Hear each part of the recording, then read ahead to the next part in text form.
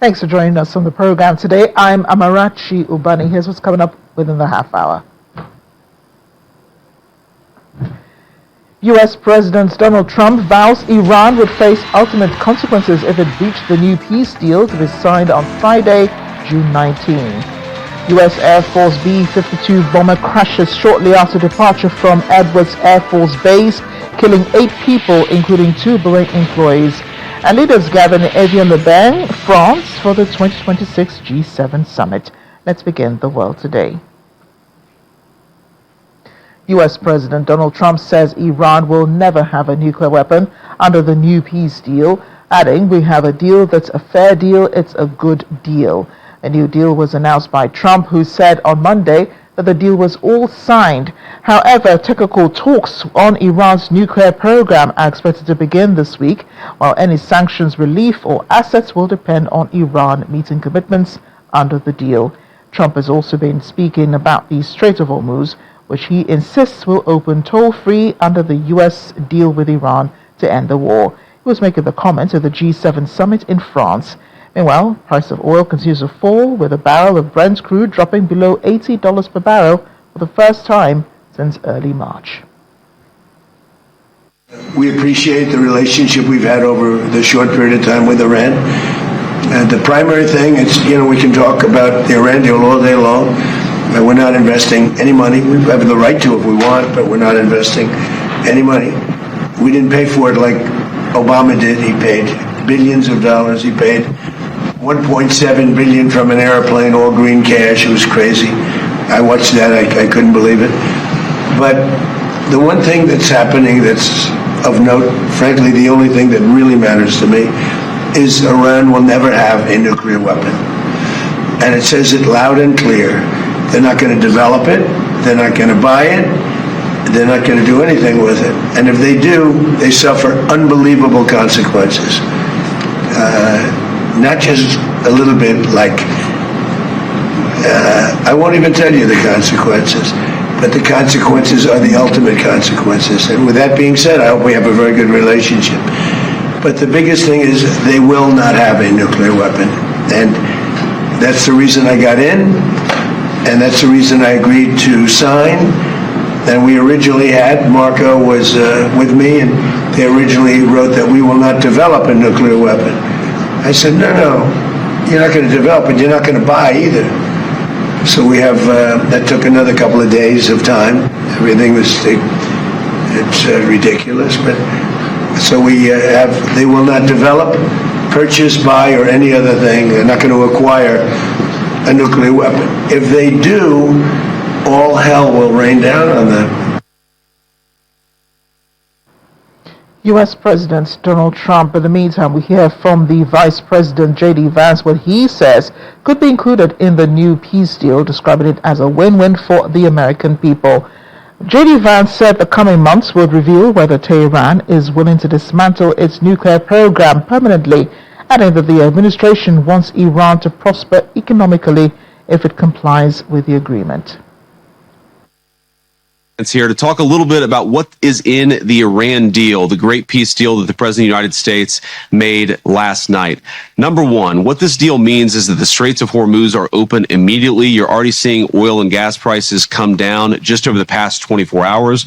Number two, it ensures that Iran will never have a nuclear weapon. And we have to back up for a second and appreciate that what the president has done is completely decimated Iran's nuclear program. Now, this deal really has two pathways. On the one hand, if the Iranians make the long-term commitments never to rebuild, then they're going to be welcomed into the world economy. If, on the other hand, they try to rebuild that nuclear program, they're never going to have the resources in order to do so. So it's a win-win for the American people. We ensure Iran doesn't have a nuclear weapon either way, and now it's really up to the Iranians. Over the next few months, we're going to see if they're serious about dismantling that program for the long term. If they do, the president has said, we want their country to be successful. But what we know is that our country is successful thanks to great presidential leadership and a lot of good decisions. Well, hundreds of ships remained at a standstill in the Strait of Hormuz on Monday as the United States and Iran reached the initial agreement that extended their shaky ceasefire and leading to the reopening of the Strait of Hormuz.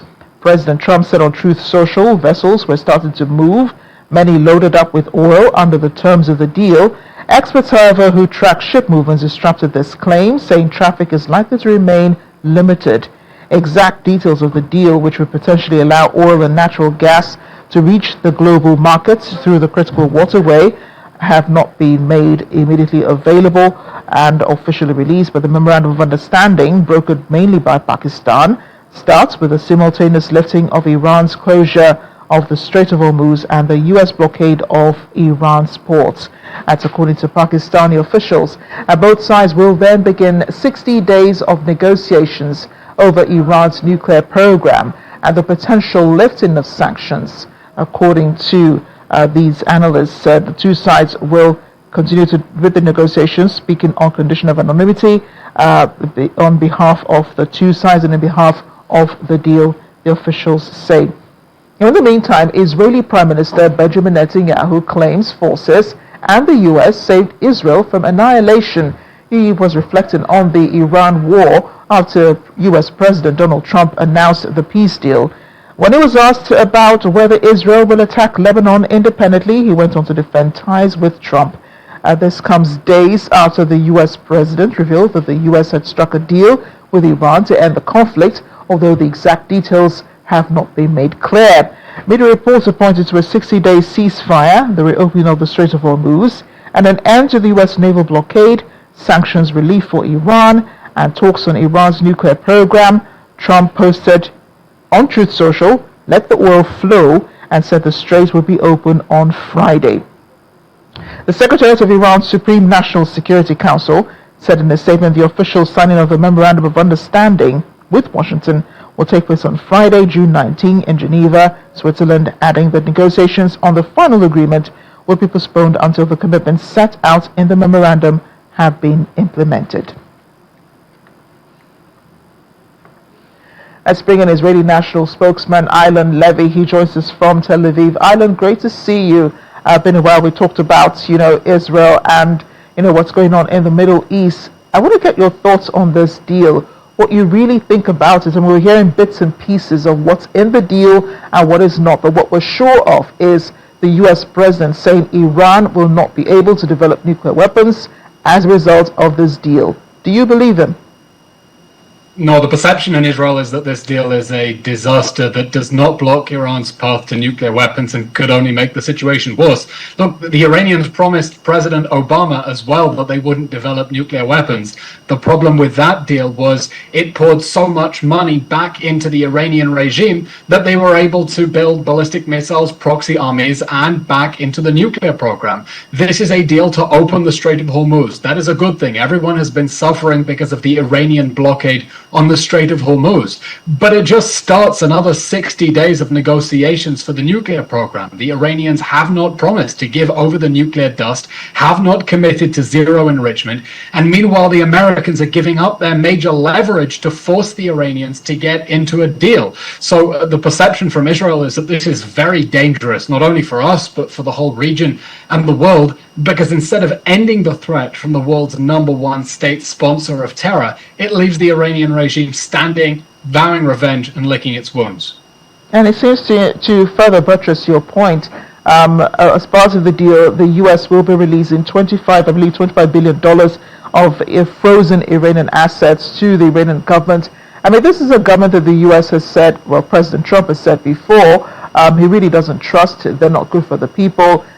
When he started with initial attacks on Iran, he said he was doing this for the Iranian people to take control of their government, to take control of their future, of their destiny, I suppose. You say that Iran will continue to develop nuclear weapons. U.S. President Donald Trump does not think so. The Israeli president, of course, also does not think so. He said he's not part of this deal.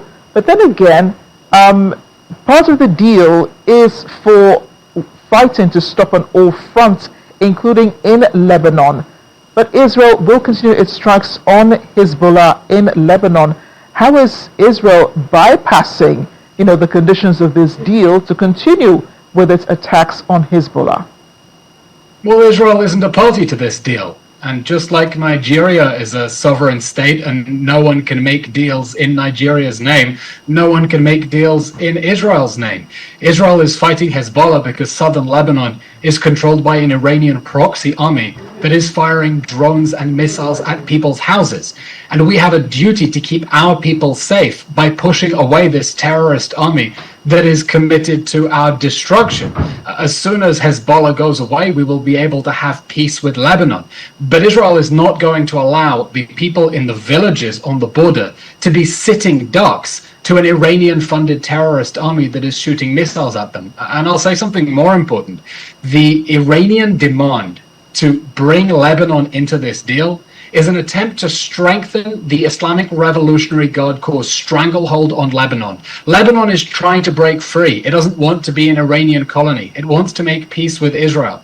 But if we were forced to leave Hezbollah standing, that dooms Lebanon to permanent control by the Iranian regime. It dooms us to further conflict with Hezbollah in the north. That's why Israel is determined to push away the threat of Hezbollah. And the Americans understand as well. Senior officials have said, if Hezbollah continues to attack Israel, Israel isn't expected to sit on its hands and let its people be sitting ducks. So does Israel consider, or does Lebanon consider Israel an ally of Lebanon? I mean, the mere fact that Israel is attacking Lebanon, well, seemingly attacking Hezbollah, which is in Lebanon, you're creating all of these damages and, killing people that are said to be part of Hezbollah. The Lebanese government has also denounced Hezbollah. Would it consider Israel an ally? I don't think Israel and Lebanon are allies, but they definitely have shared interests. They both want to get rid of Hezbollah, the Iranian-funded, trained and armed proxy army that has brought misery to Lebanon and Israel. The Lebanese government wants to get rid of it. Israel wants to get rid of it. The problem is the Iranians want to keep Hezbollah there to strengthen their stranglehold on Lebanon. That's why it's important that Israel keep pushing against Hezbollah. It gives the Lebanese government an opportunity. It gives them the space to act against Hezbollah. And if Israel were forced to retreat somehow, I mean, that's not the deal, but if Israel were forced to leave Hezbollah alone, Hezbollah would grow stronger at the expense of the Lebanese government, and then we're never going to have peace with Lebanon. So it's important for world security to separate the Iranian regime from Lebanon and treat these as two different issues. The Iranian regime doesn't get to strengthen its stranglehold on Lebanon because that will doom any prospect of peace, and we want peace. Yeah, and the whole rest of the world also wants peace. Our G7 leaders are meeting in France, and apart from talking about, well, the Russia-Ukraine war, it's supposed to take center stage, at this meeting. But of course, also is this deal that should be signed on Friday in the presence of Pakistan, which is a mediator between Iran and the United States. They're supposed to sign this in Geneva. It's just a few days, to that signing. Do you think anything could go wrong, perhaps? I mean, President Trump did call out Israel following its strikes on Lebanon just before he announced the deal on Sunday, which was his birthday. And he did tell the Israeli government, said, don't blow it, because the Iranians could have pulled out of the deal before he made that announcement. But then again, with just a few days, to the signing, do you think the Iranians could back out? You think they still have a chance to, back out of this deal before it's signed? I think the Americans are really determined to see this deal through, and that's why they won't release the text. They're not telling the world what this deal includes, and I think that's because they don't want people raising objections and stopping it before it's signed by saying that it is a bad deal. They've allowed the vice president to make the pitch on TV without letting people read the text, and I think if it were a good deal, they would let everyone see it.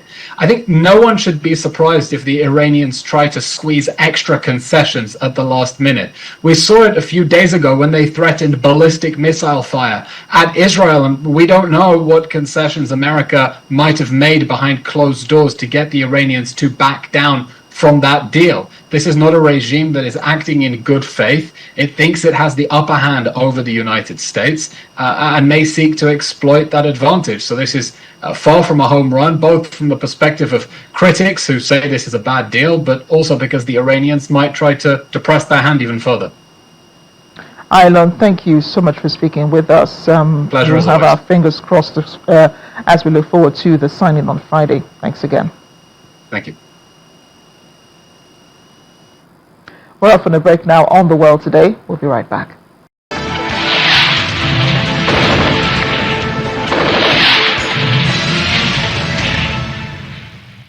Welcome back. The Australian Federal Police are investigating claims that Israeli forces raped and tortured a group of activists who were detained after trying to deliver aid to Gaza by boat. The move was announced shortly after 4 female activists who were part of the Global Sumud flotilla in May met with Australian Foreign Minister Penny Wong and senior officials, including police, on Monday. An Israeli embassy spokesperson said there was no credible evidence to back the claims and no formal complaints had yet been made to them. 11 Australians were among hundreds of activists detained by Israeli forces on May 18 after the Gaza-bound humanitarian flotilla was intercepted. After Monday's meeting, one of the activists, Juliette Lamont, said Wong believes the group's claims against Israeli forces and police hadn't indicated that they will take action. 8 people, including 2 Boeing employees, have been killed after a U.S. Air Force B-52 bomber crashed immediately after takeoff from Edward Air Force Base in Southern California. The incident occurred at 11:20 local time on Monday, while the aircraft had been on a routine test mission. The crash sent a huge plume of black smoke into the air that could be seen for miles. According to officials, Edwards Air Force Base experienced a terrible tragedy and they lost 8 great Americans, according to Colonel James Hayes. He described them as a mixed crew of military, government civilians, and government contractors. The base earlier said that initial indications were that the crash was not survivable.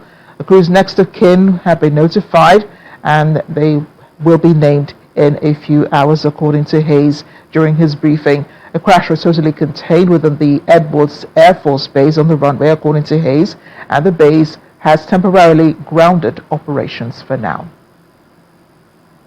Well, U.S. President Donald Trump says Russia should make a peace deal with Ukraine, adding that he would do what he could to end the war after a very good meeting between President Volodymyr Zelensky and G7 leaders at their summit in France. Ukraine's presidency also shared images of Zelensky in conversation with Trump and U.S. Secretary of State Marco Rubio on the summit's sidelines. According to Trump, he's going to do whatever he can, saying that too many young men are dying on the battlefield on both sides. Well, Zelensky said that G7 leaders had agreed at the Evian-le-Bain summit that Russia was not winning its war in Ukraine and had discussed additional sanctions to bring Moscow to the negotiating table. Speaking via video link in an interview at one of the media houses in Europe, Zelensky said Russia would face a very difficult winter and escalating Ukrainian attacks on its energy infrastructure if a peace deal is not reached before then. And as Nigerians join millions worldwide in following the FIFA World Cup, despite the absence of the Super Eagles, the United States mission marked the 250 years of America's independence with a Freedom Cup novelty football tournament today in Lagos. The theme, celebrating freedom, unity, and democracy, saw Team Truth, made up of journalists, emerging winners, defeating Team Opportunity of U.S. Education 6-2. The novelty matches also brought together U.S. government exchange alumni, students, representatives of the Lagos State government, and members of the U.S. mission community. The Freedom Cup highlights how sports can deepen U.S.-Nigeria ties, foster cultural connections, and open new avenues for economic collaboration and opportunity. The Consul General, Rick Swartz, presented medals to the winners and highlighted the importance of the growing commercial and cultural ties between Nigeria and the United States.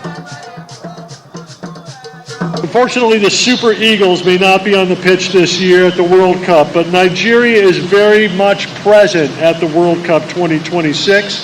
From Afrobeat stars like Burna Boy and Rema, who are opening the tournament with their official FIFA World Cup 2026 songs, Die Die and Goals. And also Davido is making history. Thank you. Shout out to Davido. Davido is making history as the first Nigerian artist to perform at the World Cup twice in a row. So congratulations, Davido. There are also more than 15 players of Nigerian heritage representing other nations, including Florian Balogun, who scored 2 goals in Team USA's opening match.